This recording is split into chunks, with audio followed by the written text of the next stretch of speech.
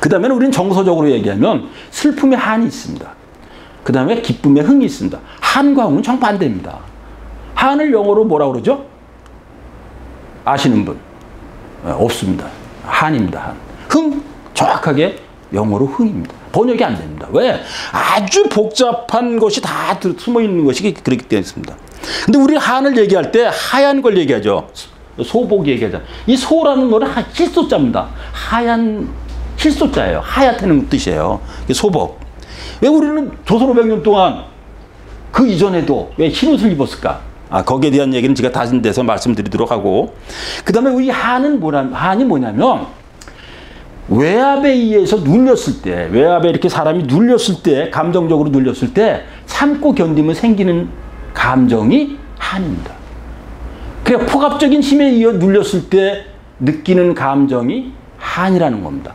여기서는 여러 가지 폭압적인 게 있을 수 있습니다. 국가적인 폭력 정치를 하는 경우도 있고, 시어머니가 예전에 조선시대 때 같은 거 시어머니가 며느리 힘들게 하는 경우도 있고, 이런 거 모든 것을 복합적으로 다 얘기를 해서 힘에 눌렸을 때 한의 감정이 생기는데 이것을 한이라고 합니다.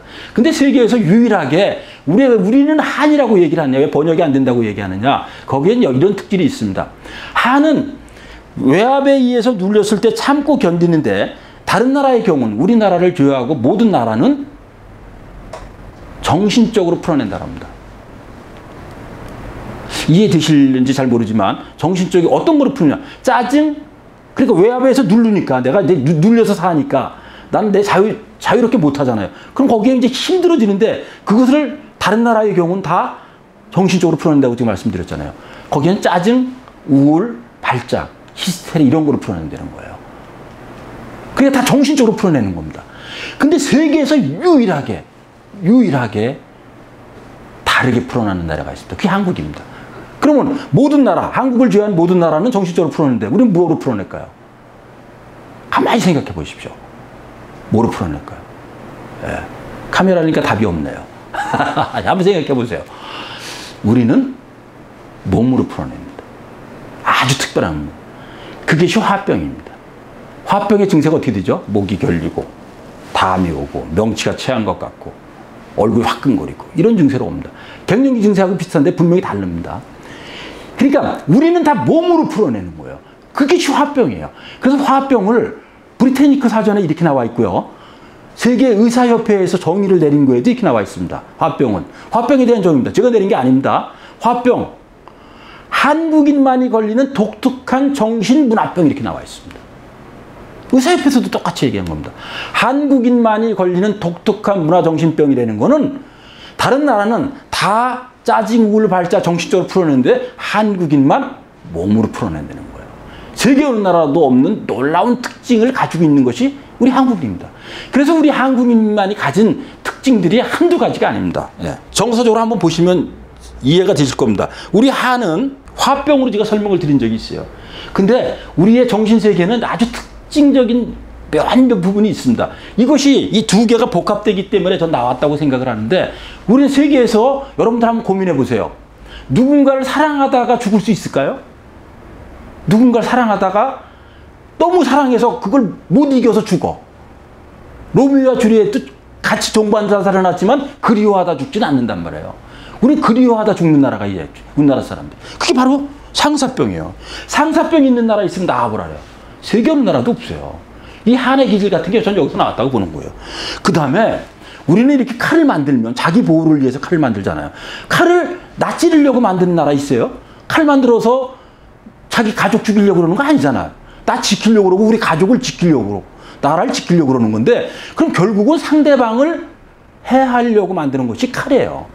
근데 세계에서 유일하게 위험이 닥쳤을 때 자기 자신을 찔러서 죽이는 칼을 만든 나라가 우리나라예요. 은장도입니다. 은장도.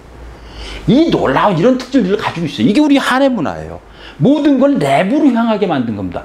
다른 나라는 정신적인 걸 풀어낸다는 건 뭐죠? 외부로 표출하는 거예요. 근데 우리는 외부로 표출하지 않고 안으로 모든 걸 보듬어 안고 내 자신이 해결을 해버리려고 그러는 게 있어요. 내 안에서 문제 해결하려고 그러고 내 안에서 창조력을 발휘하려고 그러는 것들이 좋게 얘기하면 있지만 내부적으로는 내 안에 슬픔까지도 같이 끌어안으려고 그러는 기본 기질이 한입니다. 이런 놀라운 특질을 가지고 있습니다. 그 반대편에는 흥입니다. 이 한은 주저앉는 기질이에요. 끝없이 주저앉는 거예요. 슬프고 아프고 주저앉는 거예요. 힘이 들어서. 흥은 일어나는 겁니다. 주저앉는 거하고 일어나는 정반대 기질을 우리는 같이 가지고 있어요. 여러분들 생각해 보세요. 아니 개인이 그런 생각을 같이 가질 수는 있지만 민족적 기질로 어떻게 두 가지 기질을 같이 가지고 있냐고요. 근데 분명하게 지금 말씀드리지만 우리는 한만 있냐고요. 흥도 같이 가지고 있지. 노농고의 대가들이 한국인들이잖아요. 우리 고대의 기록을 보면 음주가무라고 나와 있어요. 어디나 음주가무라고 해요. 어디나. 음주가무가 뭐죠? 음은 마시는 거예요. 그죠? 식은 먹는 거고. 그래서 음식가무, 음주가무 그래요. 음주가무는 마시고 술 마시는 걸 얘기하는 거예요. 술 마시고 노는데. 술 마시고 놀았는데 어떻게 놀느냐? 남녀가 같이 놀았다고 나와요. 근데 놀라운 거는 이런 내용이 나와요. 무휴로 놀았다. 야, 쉬지 않고 놀았다는 거야. 근데 어떻게 놀았냐? 떼창과 떼춤을 추면서. 그게 바로 BTS예요. 우리의 지금 K-팝이고. 거기서 또 문화가 나와서 한류가 나오는 겁니다. 한국인의 가장 특징적인 면은 문제 해결 능력과 좀 전에 말씀드렸잖아요. 문제 해결 능력과 창조 능력을 같이 가지고 있는 겁니다. 아주 누구한테 설명하기 어려운 그런 독특한 면을 가지고 있어요. 고대사의 기록이 아주 여러 군데 나와 있고요. 우리 기질 속에도 많이 나와 있어요. 다 같이 노는 거에 익숙한 거가 우리예요. 세계적으로 끝없는 노래를 만든 나라 있으면 나와보라래요. 그 부분은 제가 한국인의 음악에 대해서 설명을 할 때 한국인의 음악에 대해서는 BTS와 함께 제가 기회가 되면 설명을 드리도록 하겠습니다. 네, 한의 시대 진짜 이런 제가 좀 전에 말씀드렸던 것처럼 이런 안타까운 점들이 같이 있어서 현재도 어느 정도 남아있는데 지금은 저는 감히 이렇게 얘기합니다. 한국은 한의 시대는 끝났다. 흥의 시대에 도래했다고 저는 얘기합니다. 조선시대 때는 제가 제 나름대로 정의를 내린다면 한이 70%였고 흥이 30%였다고 봅니다. 근데 지금은 반대입니다. 지금은 흥이 70%고 한이 30%라고 봅니다. 한은 거의 많이 약화되어 있는 것이 우리의 한입니다. 그러면 이 조선시대 때 아주 강화되어 있다가 이런 거는 포갑의 정치와 문화일 때가 그랬는데 이런 거 여러분들이 생각해 보시면은 우리가 한을 그대로 가질 수밖에 없다는 걸 이해할 수가 있을 겁니다. 왜냐하면 조선의 정신을 우리는 그대로 넘겨받아서 현재까지 우리 DNA 속에까지 저는 감이 들어있다고 얘기를 하는데 우리나라 노비 제도가 있습니다. 근데 노비가 얼마나 많았냐면 세계적으로 노비는 다른 얘기를 하면 노예입니다. 노예와 노비가 별다르지가 않습니다. 노비는 세습이 되지만 노예는 세습이 되지 않습니다. 서양의 노예는 당사자들만 노예입니다. 우리는 자식까지 노비가 됩니다. 아주 슬픔을 가진 사람이 될 수밖에 없습니다. 내 자식, 내가 노비로 사는 거, 노예로 사는 게 너무나 안타까운 일인데 자식까지 노비가 되고 노예가 된다는 거 한번 감히 생각해 보십시오. 한의 감정이 안 생길까요? 당연히 생깁니다. 우리가 노비가 어느 정도로 많았느냐? 세계에서 유례가 없을 정도로 많았습니다. 조선 초기 한 10% 정도 했는데 중기를 넘으면서 무려 50%까지 됩니다. 전 국민의, 전 인민의, 인민이 아니죠. 전 백성의 50%가 노비였다는 겁니다. 세계 어느 나라도 이런 나라는 없습니다. 참혹하게 힘들었던 사회가 조선입니다.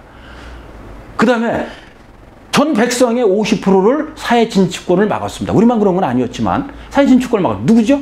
여자를 막았습니다. 여자는 사회 진출권이 아예 없었습니다. 그러면 백성의 반을 노비 만들어 놓고 그리고 백성의 반을 사회 진출권을 막으면 몇 프로 남습니까? 25% 남습니다. 25%에서도 뭘 또 이것도 따지고 저것도 따지면 행복하다고 느낄 수 있는 사람이 몇 프로 됐을까요? 10%도 어렵습니다. 당연히 한의 시대가 도래할 수밖에 없는 겁니다. 그 다음에 이 남존여비 지금 말씀드렸고 유교 자체가 또 주종이잖아요. 제가 논어도 번역을 했지만 유교는 한마디로 얘기하면 강자의 독식을 아주 강하게 인정한 학문이라고 얘기할 수도 있습니다. 나쁘게 얘기하면. 좋게 얘기하면 예의와 범절을 확실하게 설정을 해놓고 그걸 지키도록 만들었다고 뭐 선의적으로 얘기할 수 있지만 나쁘게 얘기하면 분명하게 강자의 학문이라고 말씀드릴 수 있습니다. 그것을 우리는 조선시대 때는 아주 강하게 우리는 받아들여 왔습니다. 흥은 현재의 한국을 저는 감히 말씀드립니다. 좀 전에 말씀드렸죠. 현재 한국은 70%가 흥의 세계다. 분명히 말씀드렸죠. 그다음에 자유와 민권의 시대가 지금 분명히 도래하고 있고 개인주의와 인본이 아주 극대화되어 있는 삶입니다. 조선 500년하고 비교할 수 없는 인본을 느낄 수 있는 것이 지금 현재고 저는 감히 이렇게 말씀드릴 수 있습니다. 단군 이래 최고의 번영과 단군 이래 최고의 자유를 지금 가지고 있는 것이 저는 한국이라고 지금 사회라고 분명히 말씀드릴 수 있습니다. 그 다음에 우리는 다종교 사회라 어느 종교를 강요받지 않고 사는 사회가 되어 있다는 것도 있고 경제력 향상도 중요한 요소 중에 하나에서 우리는 흥의 시대를 맞고 있다고 저는 감히 말씀을 드릴 수 있습니다. 우리는 한의 시대에서 흥의 시대로 이동해 와 있고 북한은 아직도 한의 시대에서 한의 시대를 계속 이어지고 있는 것이 아닌가 하는 저는 생각을 개인적으로는 갖습니다. 다음 보겠습니다. 그 다음에 이제 사람으로 제가 얘기를 하면 저는 한국인의 기질 속엔 두 가지의 기질이 있다고 봅니다. 하나는 대인의 기질이고 하나는 선비의 기질입니다. 이 대인은 우리가 북방에서 왔다는 증거이기도 합니다. 지금 우리 DNA 속에는 보통 60% 정도의 북방민족 기질을 가지고 있고 40% 정도의 남방민족의 기질을 가지고 있다고 합니다. 근데 우리는 남방은 선비로 얘기할 수 있습니다. 왜냐하면 우리가 얘기하는 북방민족은 우리가 대인이라고 얘기할 수 있는데 제가 저번 시간에 말씀드린 것이 있습니다. 우리를 대인이라고 일렀던 사람들이 중국인입니다.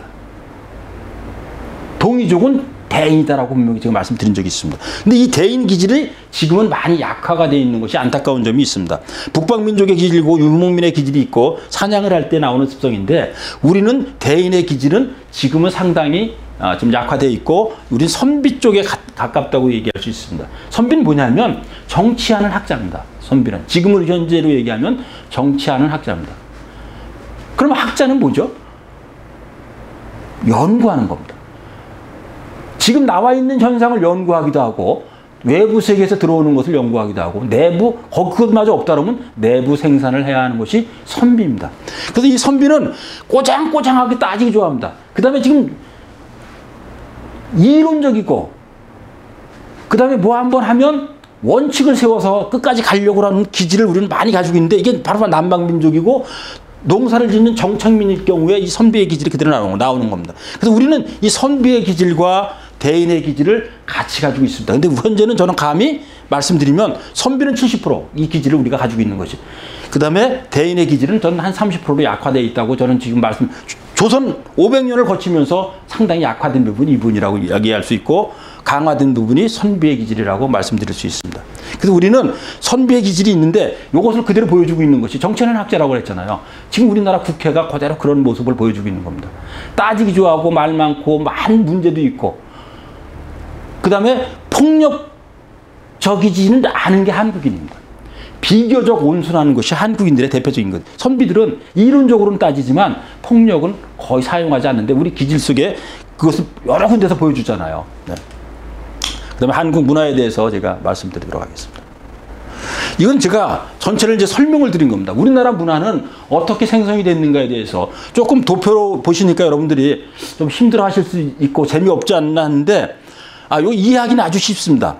우리는 제가 좀 전에 말씀드린 적이 있습니다. 이 기질이 있습니다. 이 빨리빨리 서두르는 냄비 기질, 그 다음에 슬픔의 한, 그 다음에 통이 크고 웅운했던 대인의 기질을 가지고 있습니다. 우리는 이 반대편에 뚝배기 기질, 아까 냄비의 반대되는 뚝배기 기질, 그 다음에 한의 반대되는 흥, 대인의 반대되는 선비 기질을 같이 가지고 있습니다. 이 양극단을 만나서 충돌하기도 하고 서로 협력하기도 하고 상생하기도 합니다. 여기서 만들어진 것이 바로 뭐냐? 요겁니다. 이건 아주 중요한 겁니다. 한국인의 미를 한마디로 정의를 하면 비대칭입니다. 세계 어느 나라에서도 찾아보기가 어려운 것이 비대칭입니다. 여러분들 한번 생각을 해보십시오. 파르테논 신전이나 자금성이나 일본의 뭐 히메지성이나 이런 거 다 가보시면 다 대칭으로 되어 있습니다. 이렇게 양쪽을 똑같이 만드는 겁니다. 베르사유 궁전을 여러분들이 가보셔도 양쪽을 똑같이 만드는 걸로 되어 있습니다. 이것이 기본입니다. 왜냐하면 양쪽을 똑같이 만드는 것이 너무 쉬운 방법입니다. 여기를 하나 만들어 놓고 이쪽을 똑같이 만들면 되니까. 그리고 이것이 균형 감각이 있고 균형미가 생기잖아요. 똑같으니까. 안정감도 있고 그렇습니다. 근데 한국인은 유독 세계에서 드물게 비대칭미를 가졌습니다. 그 이유는 간단합니다. 이쪽 극단과 이쪽 극단이 서로 다릅니다. 정반대이기 때문에 두 개지도 반씩 나눠져서 비대칭미를 가지고 있는 겁니다. 이 비대칭미는 여러 군데서 보이는데 한옥에서 대표적으로 볼 수가 있습니다. 여러분들이 한옥을 정사각형으로 딱 잘려진 한옥을 보신 분 있으면 한번 생각해 보십시오. 있나? 없습니다. 저는 한옥에 대한 연구를 많이 한 사람입니다. 우리나라에 한 35개 정도의 한옥마을을 전체를 다 돌아봤고 그 돌아봐서 한옥마을이라는 책을 제가 책으로 냅니다. 그것이 아주 베스트셀러 중에 베스트셀러가 됐어요. 그 다음에 우리나라에 있는 한옥을 제가 찾아다니면서 한 127개 정도의 한옥을 그 중에 뽑아가지고 그거를 제가 또 책으로 내서 그것도 베스트셀러가 됐습니다.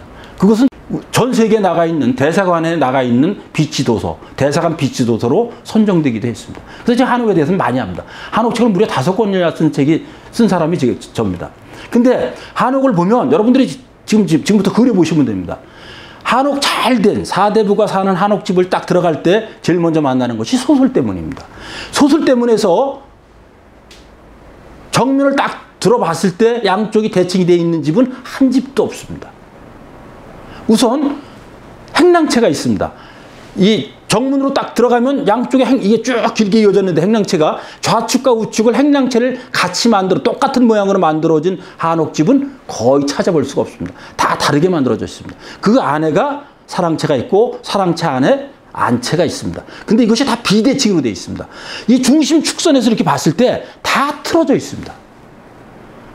놀랍게 우리는 대칭을 극히 꺼리는 경향이 있습니다. 우리나라에서 궁도 똑같습니다.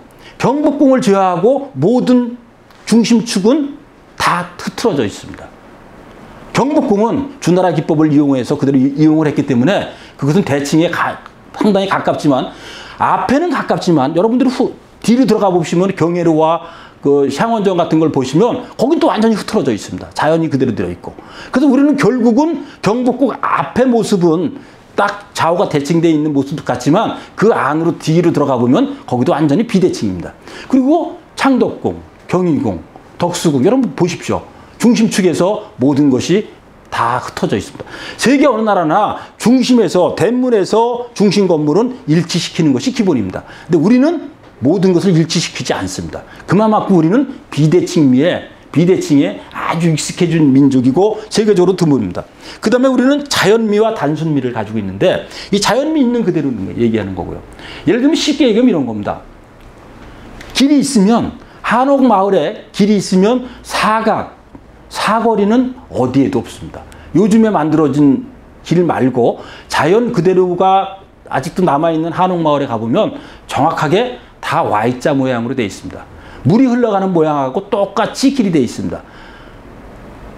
한 길이 나오고 한 길이 내려와서 만나서 흘러갑니다. 또 하나의 물이 만나서 또 흘러갑니다. 다 Y자로 되어 있습니다.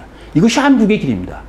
우리는 극히 자연적인 것을 그대로 두려고 하는 습성이 있습니다. 그리고 터도 사각으로 딱딱 잘라서 집을 짓지 않습니다. 터 생긴 모양 그대로 짓습니다. 이게 우리의 자연스러운 모습에 그대로 있습니다. 그 다음에 단순미인데 한국인의 단순미는 일반 단순미하고는 너무나 다릅니다. 단순화되는 것은 지금 무언가가 부족한 상황에서 단순하게 그냥 만들어졌다는 생각을 하지만 한국인의 단순미는 아닙니다. 이런 걸 생각해 보시면 됩니다. 여러분들 붓 있죠, 붓. 붓글씨를 쓸 때 처음에는 악필을 씁니다. 글씨를 못 써서 악필을 쓰는 겁니다. 그 다음에 글 쓰는 것을 쭉 배우고 나면 순필이 됩니다. 그 이후에 순필 이후에 우리는 거기서 끝나는 것이 아닙니다. 모든 것이 정제되고 규칙화된 것을 그대로 쓰는 것을 우리 인정하지 않습니다. 우리 기질 속에서 다시 악필로 돌아갑니다. 이 악필은 세상을 다 이해하고 고난을 다 품고 나서 다시 순필이 되는 것이 아니라 악필로 돌아가는 겁니다. 더 거칠게. 근데 세상을 이해한 악필이기 때문에 추사 김정희 같은 그런 글씨체가 나오는 겁니다. 이것이 한국인의 기본 기질입니다. 그래서 이 단순미는 모든 걸 깨닫고 넘어간 후에 만나는 것이 우리의 단순입니다. 그래서 한국미를 얘기하면 가장 큰 특징은 저는 비대칭미라고 제가 말씀드립니다. 뭐 어디에서도 나와 있는 얘기는 아닙니다. 제가 한국인을 연구하고 한국 문화를 연구하면서 제가 찾아낸 것이 비대칭입니다. 정확하게 비대칭입니다. 이거는 모든 얘기가 한국 문화를 전부 설명을 할 수 있습니다. 자, 그 다음에 자연미가 있고 단순미가 있는 것이 한국의 미라고 말씀드릴 수 있습니다. 이거 보십시오. 자연미. 이 모양들이 이게 다 다릅니다. 이렇게. 그죠? 지붕선도 다릅니다. 여러분들 마루라는 뜻은 아시죠? 마루는 높다는 뜻입니다. 이 지면보다 높은 것이 마루입니다. 우리는 이 마루를 모든 면에다 채용을 합니다. 한옥을 질 때도 마찬가지입니다. 기단을 쌓죠. 그죠? 대돌이라고 얘기도 하는데 기단을 쌓은 후에다 그것도 마루 형식이라고 볼 수 있습니다. 예. 근데 마루는 뭐냐면 높다는 뜻이라고 제가 말씀드렸는데 코에서 제일 높은 데가 어디죠? 콧마루. 들에서 제일 높은데. 들에서 제일 높은데. 들마루. 산에서 제일 높은데. 산마루. 그죠? 집에서 제일 높은데. 집에서 누마루 말고 용마루. 예. 우리는 마루를 높다는 뜻입니다. 그래서 이 높다는 것을 다 이렇게 기단을 쌓아서 다 높게 만드는 것이 기본적인 특질이고 우리는 이 지붕 모양들이 다 산능선 모양을 그대로 닮았습니다. 그 다음에 담이 다 낮습니다. 세계적으로 낮은 담을 가진 나라는 사람들이 착한 사람들이 사는 마을일 가능성이 상당히 많습니다. 여러분들이 유럽을 가보시면 느끼지만 집이 아파트형으로 되어 있는데 들어가는 문은 딱 하나밖에 없습니다. 지금 우리 아파트 모양하고 비슷합니다. 거기다 집과 집을 다 붙여서 졌죠. 방어를 하기 위해서, 외침을 막기 위해서 그랬다고 그러는데 우리는 그런 것이 없고 다 낮습니다. 이렇게. 그 다음에 재료가 예를 들면 망치로 두들기면 다 뚫을 수 있는 겁니다. 서양은 돌과 벽돌로 돼서 전혀 완과 밖이 구분이 확실하게 되어 있지만 우리는 그렇지 않습니다. 그래서 모르는 게 우리는 결국 개방된 집을 가지고 있는 것이 한옥입니다. 제가 한옥에 대해서는 제가 별도로 한옥에 대한 얘기를 자세하게 얘기할 기회가 있을 겁니다. 그 다음에 넓은 마당이 있는 게 아주 특징적인 것 중에 하나입니다. 또.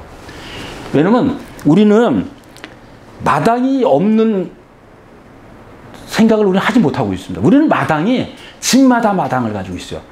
행랑채는 행랑마당. 그죠? 사랑채는 사랑마당. 안채는 안마당이 있습니다. 그 다음에 집 앞에 또 마당이 있고 또 집과 집 사이에는 봉당이라는 작은 마당이 또 있습니다. 근데 그럼 마당이 다른 나라도 있지 않느냐? 절대 아닙니다. 세계 어느 나라에서도 마당을 비워놓은 마당을 가진 나라는 한국 외에 없습니다. 중국도 없고 일본도 아닙니다. 일본은 들어가자마자 바로 실내입니다. 중국은 동이족들이 사는 지역을 빼놓고는 우리하고 그런 마당이 없습니다. 유럽은 당연히 마당이 없습니다. 그럼 말도 안 되는 얘기를 한다. 여러분들이 그렇게 생각하실 수 있지만 정확하게 제가 말씀드리는 겁니다. 서양의 마당은 잔디를 깔아놨거나 조형물을 갖다 놨거나 나무를 심어놨습니다. 다 꽉 차 있습니다. 우리처럼 빈 공간으로 만들어놔서 농사를 거기서 짓고 의뢰 뭐든 결혼을 하고 상을 당하고 그랬을 때 그런 자체로 이용할 수 있는 완전 빈 마당을 가진 나라는 세계적으로 우리나라 마당밖에 없습니다. 그 이유는 우리의 대인의 기질이 고대에 발현됐기 때문이라고 저는 말씀드립니다. 그 다음에 목재 문화로 만들어져야 되는 겁니다. 이 목재처럼 편한 건 세상에 거의 없죠. 나무와 돌은 전혀 다릅니다. 근데 우리는 다 목재로 만들어져 있는 아주 놀라운 특성을 가지고 있습니다. 자연미를 한번 살펴보십시오. 균형이 전혀 안 맞습니다. 여기서도 이 집을 보면 여기 모양과 여기 모양이 전혀 다릅니다. 네, 다릅니다. 여기. 그죠? 요 모양과 요 모양. 그럼 여기도 옆입니다. 이거. 요 모양과 요 모양은 다릅니다. 다른 나라 경우는 두 개를 똑같이 만드는 경우가 아주 일반적입니다. 우리는 정확하게 여기는 옆으로 걷고 여기는 세로로 걷어서 각을 줬습니다. 이렇게. 전혀 다릅니다. 이렇게. 이것도 마찬가지입니다. 이거는 일산에 있는 초가집인데 아주 자연스러운 모양 그대로이고 좌측과 우측은 늘 다르게 만들어놨습니다. 우리는 비대칭미를 아주 끔찍히 몸에 익숙하게 만든 것이 우리입니다. 이것도 보십시오. 세계 어느 나라에 이게 담입니다.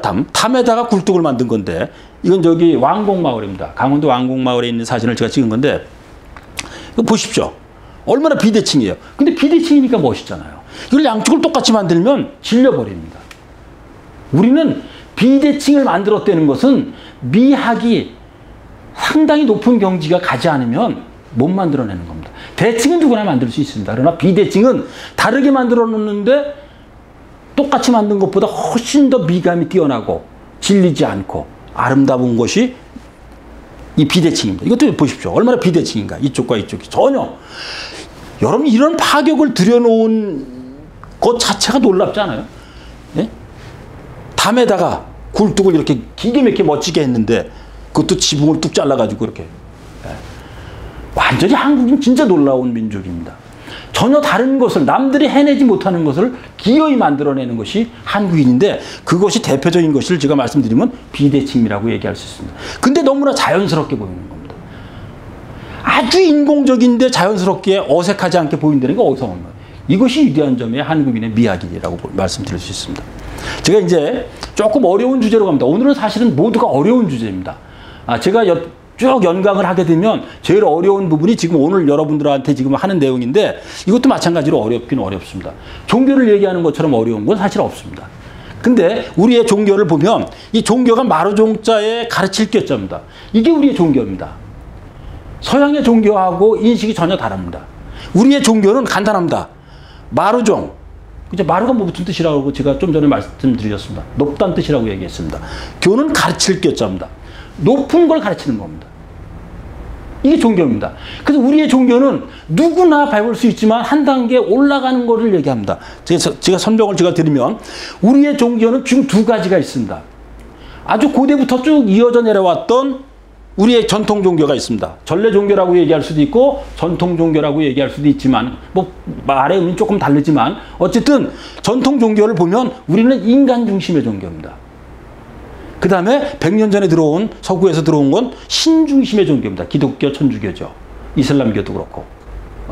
이게 이제 서구 중심의 신중심의 종교고 우리는 인간 중심의 종교라고 저는 정의를 내립니다. 그럼 왜 우리는 인간 중심의 종교라고 얘기할 수 있느냐? 한번 살펴보겠습니다. 우리가 전통 종교라고 얘기하고 있는 지금 대표적인 것은 유교, 불교, 선교를 얘기합니다. 유불선을 얘기합니다. 그죠? 네, 살펴보겠습니다. 유불선을 얘기합니다. 유교, 불교, 선교입니다. 그럼 유교는 사람이 인을 실천해서 사람이 내 아픔을 상대의 아픔하고 똑같이 바라보고 내 기쁨을 상대의 기쁨과 똑같이 바라보려는 게 인의 기본입니다. 너와 내가 다르지 않고 같다고 보는 것이 인의 기본인데 사람 인자에 두 유자잖아요. 그렇게 되어 있는 건데 그래서 사람이 인을 실천하면 군자가 됩니다. 군자가 더 노력을 하면 성인이 됩니다. 사람으로서 노력을 해서 다 도달할 수 있는 경지를 얘기하고 있습니다. 그 다음에 불교는 사람이 깨달으면 부처가 되고 각자가 되고 마음에 석가가 되는 겁니다. 그것도 똑같이 사람이 노력을 해서 부처가 될 수 있는 겁니다. 각자가 될 수 있는 겁니다. 선교는 사람이 도통하면 신선이 될 수 있다고 그러는 겁니다. 이게 전통 종교입니다. 우리의 전통 종교는 선입니다. 유불도 유불선 하는데 선교가 중국 거라고 얘기하는데 조금 공부해 보시면 우리 거인 것을 분명히 알게 됩니다. 그러니까 유불선 모두가 사유와 성찰을 통해서 내가 세상에 대해서 많은 고민과 생각을 해서 사유 성찰을 통해서 한 단계 더 올라가는 각성의 단계로 올라가는 것이 우리의 종교입니다. 그러니까 인간 중심의 종교입니다. 진짜로 사람이 노력을 해서 도달할 수 있는 걸 얘기합니다. 근데 기독교는 아닙니다. 신 중심의 종교입니다. 내가 태어나고 지금 살아가고 있고 죽음 이후까지 관장을 하는 것이 기독교입니다. 그래서 신에 의해서 모든 것이 만들어졌고 운영되고 사후까지 책임을 져서 어디로 갈 것까지 결정을 해주는 것이 서구의 종교입니다. 그것이 기독교입니다. 그러니까 우리는 신중심의 종교와 인간 중심의 종교가 같이 만나고 있는 현장에서 살고 있는 것이 우리 한국입니다. 근데 놀라운 건 한국인은 세계에서도 무의하게 거의 제가 알고 있는 거로는 다종교 사회에서 평화를 유지하고 있는 나라는 거의 없습니다. 한 3나라 정도 보통 학자들이 얘기를 하는데 그중에 대표적인 국가를 우리나라라고 얘기할 수 있습니다. 우리는 그 얘기는 뭐냐면 결국 모든 걸 극단과 극단, 다른 걸 받아들이는 것을 아주 태연스럽게 잘합니다. 그래서 종교도 전혀 다른 종교를 같이 받아들이고 있는 것이 우리의 종교라고 말씀을 드릴 수 있습니다. 여기 보시면 그 우리 종교를 한번 냉정하게 그럼 다종교 사회에서 이렇게 평화를 유지하고 있는 그 능력은 어디에서 왔느냐? 제가 분명히 다시 말씀드리면 극단을 이해하기 때문에 양극단을 이해하기 때문에 아니면 다극단을 이해하기 때문에 전체를 다 받아들일 수 있습니다. 그래서 우리 문화 속에는 다종교를 같이 받아들일 수 있습니다. 세계에서 여러분들 한번 고민을 해보시고 제가 말씀드리는 걸 한번 나만에 받아들여서 한번 그럴까 한번 고민해 보시기 바랍니다. 한 집안에 4식구가 산다고 그러는데 4식구가 종교가 다 다른 나라에 있으면 나가보라고 그러세요. 있을까요? 가능할까요? 전혀 가능하지 않습니다. 어느 나라도 가능하기 어렵습니다. 근데 한국은 가능합니다. 어머니는 불교다니고, 그죠?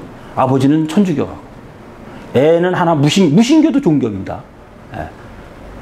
다니고, 그리고 하나는 뭐 이슬람교를 갈 수도 있고 미신을 믿을 수도 있습니다. 미신이라는 건 사실은 없는 거예요. 미신이라는 말 자체가 틀린 말입니다. 일본 애들이 만든 거지. 아니 모든 거 신을 믿으면 그냥 신이지 미신이 어디 있어요. 그러니까 네 식구가 다른 종교를 믿고 있어도 전혀 그거 가지고 싸우지 않는 게 한국이네요.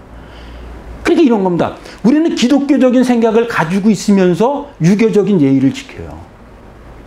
불교적인 사고를 가지고 있으면서 기독교적인 생각을 일부 가지고 있습니다. 그러니까 교회 다니면서 천 보러 가는 것도 자연스러운 거예요. 뭐 제가 언젠가 이 얘기를 누군가 했더니 막 성질을 내는 분이 계신데, 사실이에요. 교회 다니면서 전 보러 다니고, 절에 가서도 전 보러 다니고, 뭐 그런 거잖아요. 전 보러 가는 것도 종교잖아요. 근데 자기가 가지고 있는 종교도 종교고. 그 두 가지, 세 가지를 이제 자연스럽게 합니다. 세계 어느 나라도 따라올 수 없는 놀라운 걸 가지고 있습니다. 그럼 여러분, 제가 아니라고 얘기하실 분들이 많을 거예요. 근데 한번 아니라고 한번 따져보자고요. 유럽, 다 기독교 사회입니다. 그래서 천주교, 기독교 뭐 다 있지만 다 기독교, 유대교도 기독교고, 기독교 같은 계통입니다. 이슬람도 뭐 비슷하고. 그 지역에서 다른 종교 믿을 수 있을까요? 어렵죠. 더구나 또 다른 거 뭐 믿는다 그러면 아마 그 동네에서 밀려날 수도 있습니다. 그럼 미국과 저 북미와 남미는 지금 거의 기독교, 천주교 쪽으로 지금 가 있고, 인도는 다종교 사회인데, 그건 치열하게 싸우고 있죠. 그죠? 뭐 방글라데시, 뭐 파키스탄 이렇게 다 쪼개져서 아직도 전쟁에 가까운 상황에 있습니다.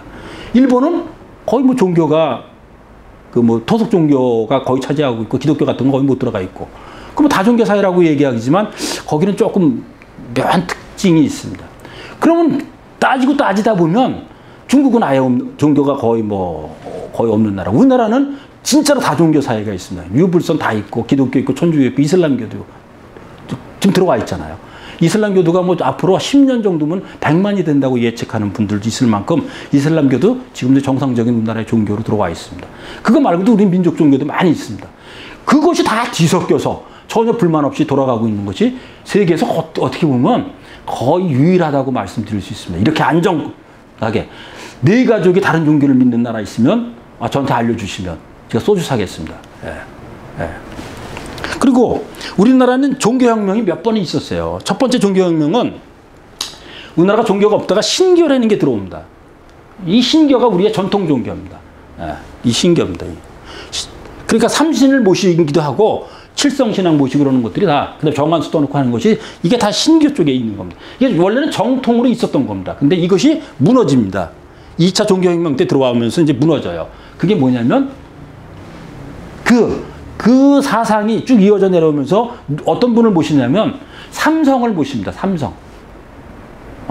믿든 말든. 제가 공부한 거로는 그렇습니다. 처음에 환인, 그 다음에 환웅, 그 다음에 단군, 이 세 분을 모셔서 종교화한 겁니다. 종교화가 돼 있고 정상적으로 유지가 돼 있었던 겁니다. 그게 국교처럼 거의 됐던 겁니다. 그러다가 불교가 들어오게 됩니다. 불교가 들어오면서 그 자리를 불교가 차지합니다. 그래서 지금 모셔져 있는 모양을 보면 대부분이 우리 전통 신교라는 것이 있었는데 그 신교가 무너진 자리에 불교가 들어와 있습니다. 그래서 여러분들이 확인할 수 있는 것이 이런 겁니다. 대웅전이라고 되어 있습니다. 대웅전은 중국에도 있다고 그러지만 그건 중국은 우리의 일부가 넘어가서 그런 거고, 원래 대웅전은 환웅천왕을 모셨던 곳이 대웅전입니다.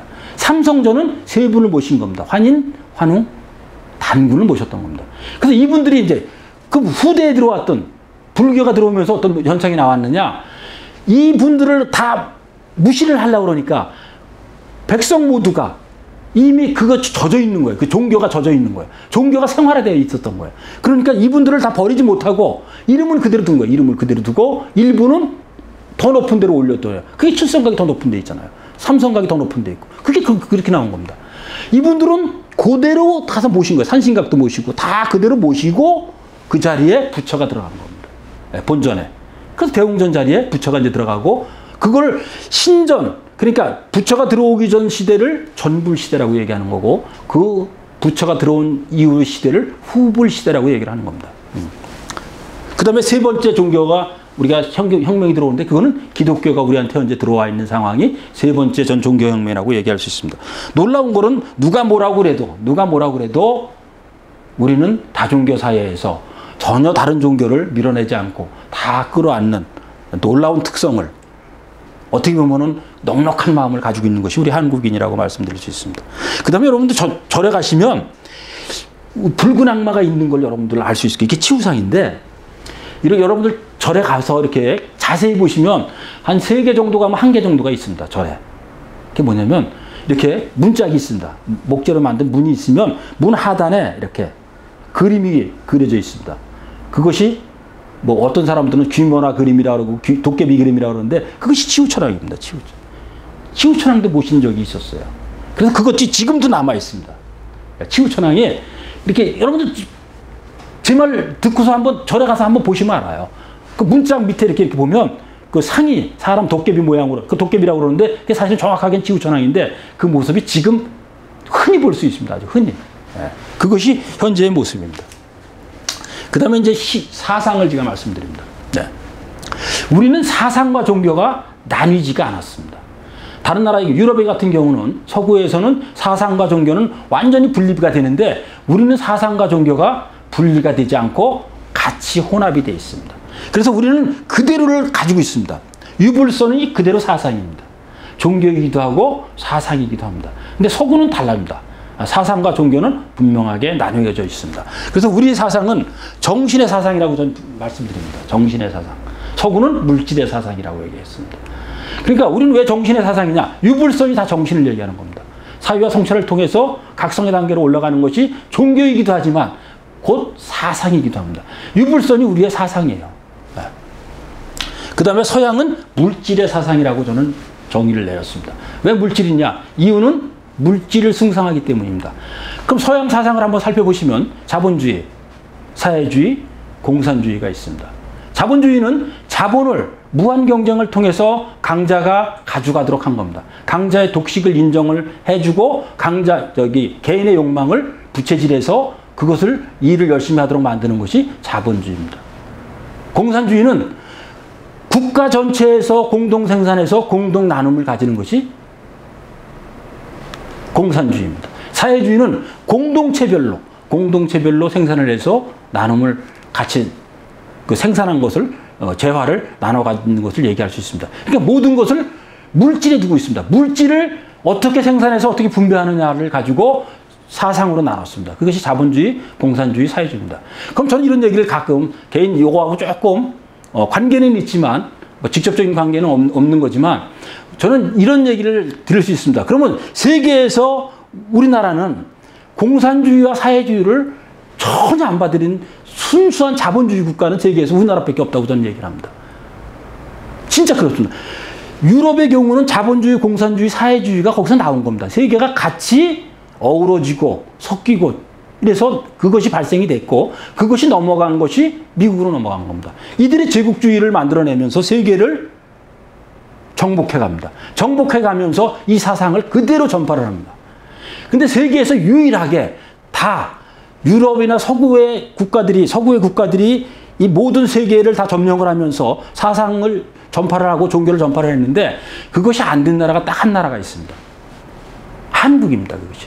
우리나라의 경우가 그렇습니다. 일본이 점령을 했기 때문에 한번 건너서 와서 우리는 그 특질을 세 가지가 같이 들어오는 것이 아니라 미군이 들어오게 됩니다. 미군이 들어오면서 우리는 뭘만 받아들이냐? 자본주의만 받아들이게 됩니다. 북한은 사회주의와 공산주의만 받아들입니다.